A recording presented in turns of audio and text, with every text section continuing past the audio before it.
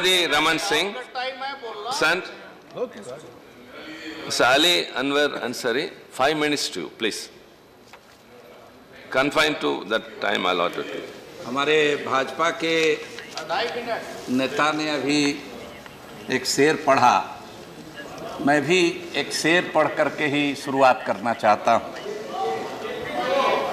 और उस शेर से पहले आप सभापति मत बन जाइए। उस शेर से पहले एक फिल्मी गीत है कि तुम्ही ने दर्द दिया है, तुम ही दवा दोगे। लेकिन तुम ही दवा दोगे, आप तो इतने बेवफा हैं कि आपसे वफा की उम्मीद करना भी बेवकूफ़ी है, इसलिए वो भी उम्मीद नहीं है।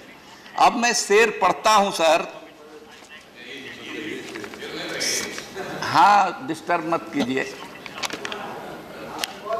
कि आप तो तुम तो जीने की, तुम तो दवा मरने की देते हो और दुआ जीने की करते हो। क्या मजाक है कि आप निंदा भी करते हैं, लेकिन ये बीमारी आप फैलाते भी हैं। ये जो लिंचिंग नाम की बीमारी है, आपकी विचारधारा की देन है, आपकी पार्टी की देन है। और ये जान लीजिए कि जो आग लगा रहे हैं, उस आग से कोई बचने वाला नहीं है। ये सिर्फ मुसलमानों का सवाल नहीं है, दलित भी मारे जा रहे हैं, ओबीसी के लोग भी मारे जा रहे हैं और हमारे पुलिस अधिकारी भी मारे जा रहे हैं। मैं तो कहना चाहता हूं कि लिंचिंग की जो घटनाएं हो रही हैं, कश्मीर में हमारा एक पुलिस का अधिकारी जो नमाजियों की हिफाजत के लिए गया था, उस पर भी हमले हुए और वो मारा गया। और मैं कहना चाहता हूं कि आप भी बचने वाले नहीं हैं, मीडिया के लोग भी बचने वाले नहीं हैं, हम मेंबर पार्लियामेंट जनप्रतिनिधि भी बचने वाले नहीं हैं। ये संक्रामक बीमारी की तरह से देश में ये लिंचिंग की घटनाएं बढ़ रही हैं।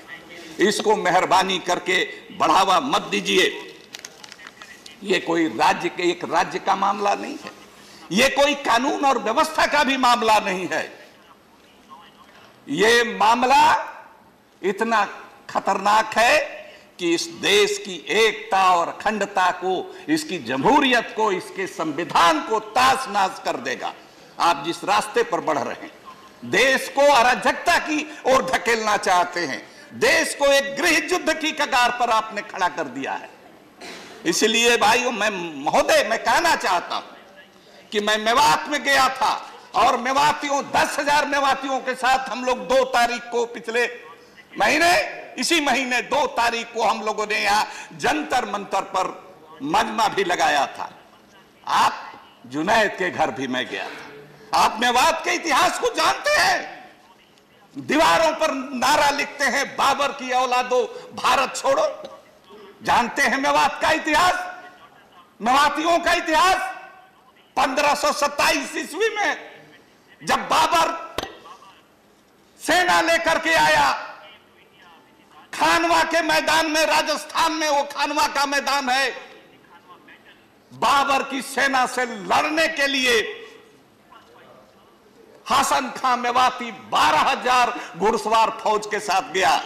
इतिहास पढ़ने वाले लोग जानते हैं कि बाबर ही इस मुल्क के अंदर सबसे पहले तोप और बंदूक लेकर के आया था। उसके पहले परंपरागत हथियारों से लड़ाई होती थी।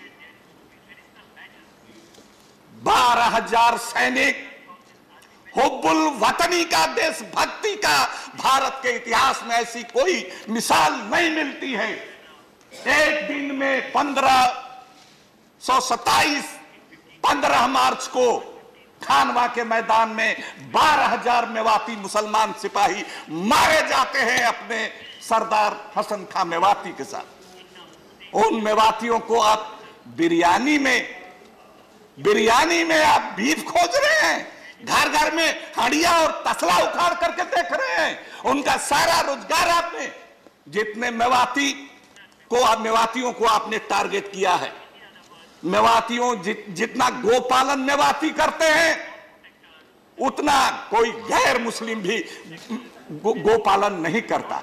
उनके सामने मैं गया था, सबसे बड़ा संकट है कि वो अब गाय नहीं पालन करना चाहते हैं। राजस्थान में जाके के अलवर में कुछ मुसलमानों ने ले जाकर के कलेक्टरी में कहा अपनी सैकड़ों गायों को ले जाकर के इसको रखिए, ये हमारे जान का जंजाल बन गया है, ये हमारे जानवर।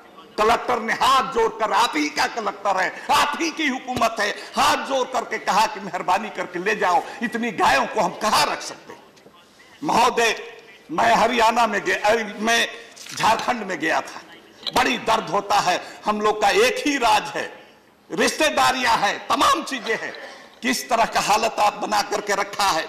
ईद के दिन महोदय, ईद के दिन उस्मान मियां के घर, जिसका हटिया बरवाबाद नाम है, गिरिडीह में उस्मान मियां एक गोपालक है।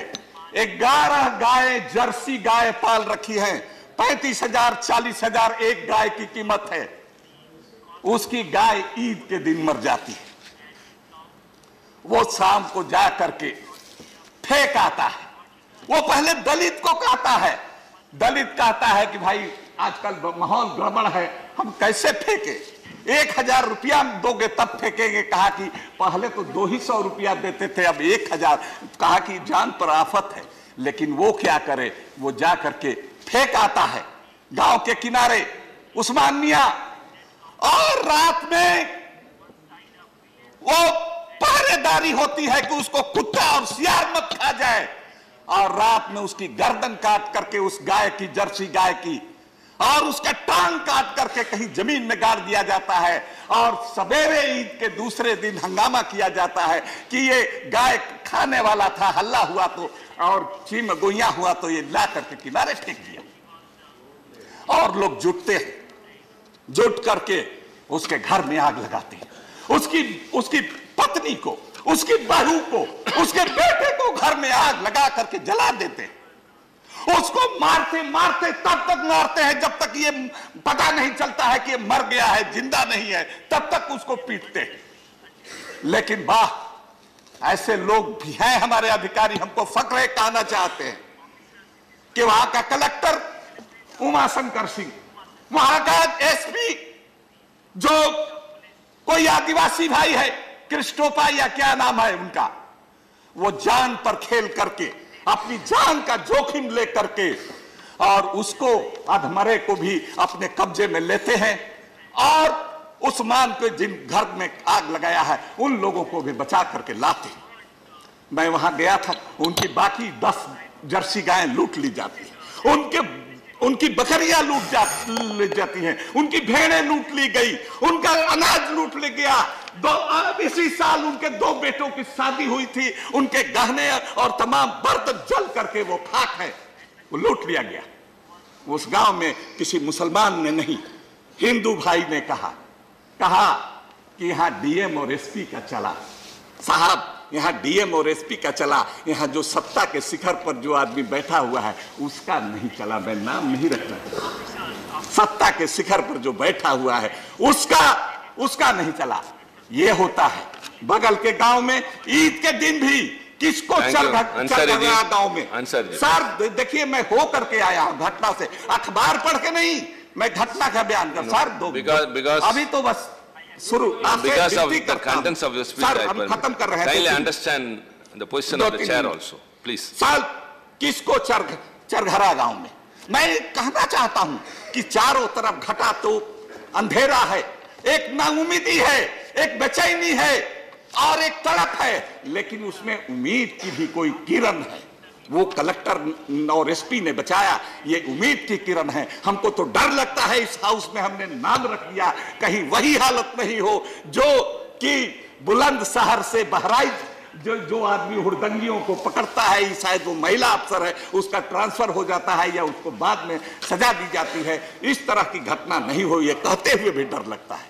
उसी तरह से मैं महोदय मैं कहना चाहता हूं कि किसको चरघर्रा गांव में भी, वहां भी दंगा फसाद कराने की कोशिश की गई।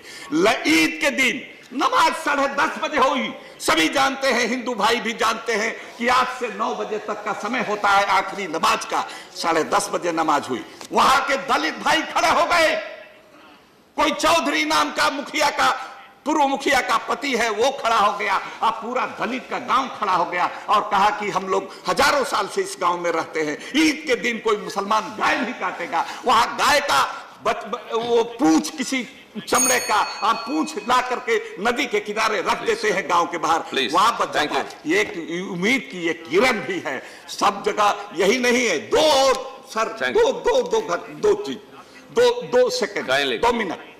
एक मैं कहना चाहता हूं, देखिए गिरिडीह से 15 किलोमीटर दूर बैंगाबाद चौक है। बैंगाबाद चौक गिरिडीह से, वहां एक ले जा रहे थे गाड़ी में, कुछ गायों को लोग ले जा रहे थे और इन हुड़दंगियों ने, तथाकथित गोरक्षकों ने उनको घेरा और मारना शुरू किया। उन लोगों ने कहा कि अरे बदमाश, हम भी हिंदू हैं, और अपना नाम बताया। और तब गांव के अगल बगल के हिंदू भाई भी लाठी लेकर के निकले और खूब अच्छी से उनकी मरम्मत की। ये भी दीवार पर लिखी इबारत है। कोई हम हिंसा के लिए नहीं कह रहे हैं कि उनकी पिटाई उन लोगों ने की, अच्छी बात की, लेकिन हम ये कह रहे हैं कि आप अगर नहीं रोकोगे तो इस तरह की घटनाएं होंगी, इस तरह की घटनाएं बढ़ेंगी। You wanted 3 minutes and you spoke 11 minutes. Nothing more will go on record. 2 minutes. No, this is unfair. 2 minutes. Unfair. No. I added your name. It was not. You see, this is very unfair. I am sorry. Sir, you asked for 3 minutes. And so I included. Now you spoke 11 minutes and you are not talking. I want to control the house. No. सिर्फ law and order का रमन सिंह, बीमारी है। No, please. Political Raman Singh, Shri के राजेश, सत्ता में है। No, nothing will go on record. Shri के Rajesh. What is this? You should also cooperate. Thank you, Honorable Deputy Chairman, sir.